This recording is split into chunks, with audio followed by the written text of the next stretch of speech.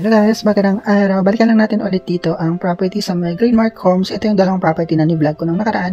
Itong dinaanan ko ay ang Open Canal Road. Dito tayo papasok sa may tabi ng gasoline station. Yung bumalik ulit sa bidding ay yung isang property lang. Bali, Lot 7 and Lot 9 siya sa may Greenmark Homes Extension.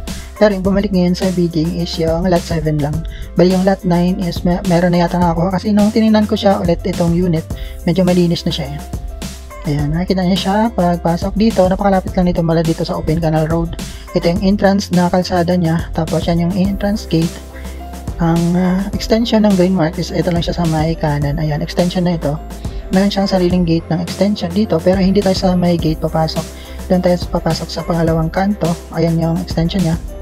Diba? Dito tayo papasok sa pangalawang kanto niya pa kanan. Ayan, ito siya. Tapos yung location ng property is dito na siya sa pinakambungad. Medyo tumbok itong property, pero yung pinakatumbok talaga is yung Lot 9. Ito yung Lot 7.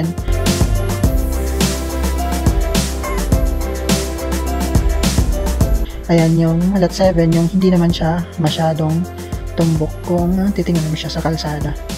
Ayan, ito yung Lot 7 yung available ulit. Yung Lot 9 yung hindi na. Or hindi ko alam kung hindi na, pero nung tinignan ko nga siya ulit, ito medyo malinis na siya. Itong property ay available sa second public auction with the discount under Transus PB to 48. Ang acceptance of bid offers is from September 11 to 15, and then ang opening of bid offers is on September 20. Ito ang item number 84 with property number 815-202-301-250015. Ang property location is at Greenmark Homes Extension, Block 2, Lot 7, Barangay Malagasang, 2B, Imos, Cavite. Ito ay isang townhouse na may lot area na 36 square meter and then floor area of 42 square meter. Ang minimum bid price sa Pag-ibig is 831,600 and then ang monthly gross income na required based sa minimum bid price is 14,823.15. And then ang TCT or CCT number niya is 057-201-607-4536. At ito ay isang unoccupied property. Ito na ngayon ang pinaka-updated na itsura niya. Ayan, meron pa din naman siya mga tambak sa harap, pero yung kabilang unit, yung Block 9, yung Lot 9 is ano na siya, malinis na yung harapan niya. Siguro meron nang nakakuha niyan, kaya hindi na siya bumalik sa bidding. Ito lang talaga yung bumalik yung Lot 7. Ayan siya, o diba? Yung kabila wala nang aso na nakalagay eh. Ito siya. Ayan, o diba maganda naman yung itsura nito. Hindi naman siya yung pinakatumbok kasi yung pinakatumbok is yung Lot 9. Pero yung Lot 9 pa yung may nakakuha kahit tumbok siya.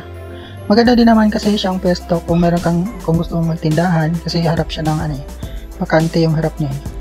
Kaya maganda. Kaya nga lang may naka-parking, maraming naka-parking dito.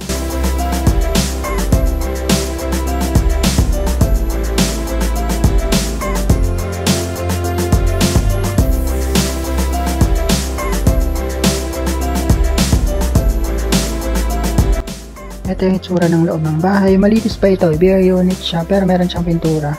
Naka-steel deck at saka standard deck lang naman ito na tama. Wala siyang parking slot pero pwede mag-park sa may harapan ng kalsada. Ayan. Malinis pa siya eh. Beer unit siya, mukhang hindi naman ito talaga natirahan ng dating may-ari. Ito yung itsura niya sa taas. Ayan. O, diba? Maayos pa naman siya. Nasa inyo na lang kung gusto nyo i-bid. Bumaba naman na yung price niya dito. 900 plus ito nung nakaraan. Ngayon nasa 800 plus na lang siya. Bumaba siya ng 10%. Tapos meron din kayong discount kapag kinuha siya ng cash or short term. Balik kapag cash 20%. Kapag short term naman is 10%.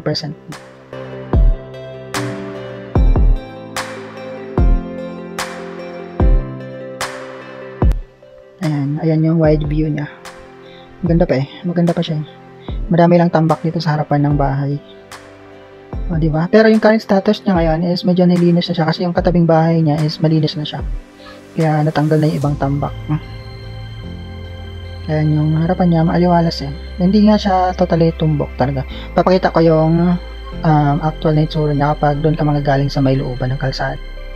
Ayan, ganyan yung pinaka-itsura niya sa may tapat. Yung katapat talaga ng tumbok is yung Lot 9. Pero yung Lot 7, hindi naman siya totally tumbok talaga. Ayan siya. O diba? Paglabas mo dito, ang lapit-lapit lang dito sa Open Canal Road eh. Pwede lang lalakarin. Ayan, yan lang. Pauwi na tayo. Hanggang dito ko na lang tatapusin ang ating video. Maraming salamat sa panonood. Hanggang next time po ulit. Ingat tayo palagi and God bless. Good luck sa bidding.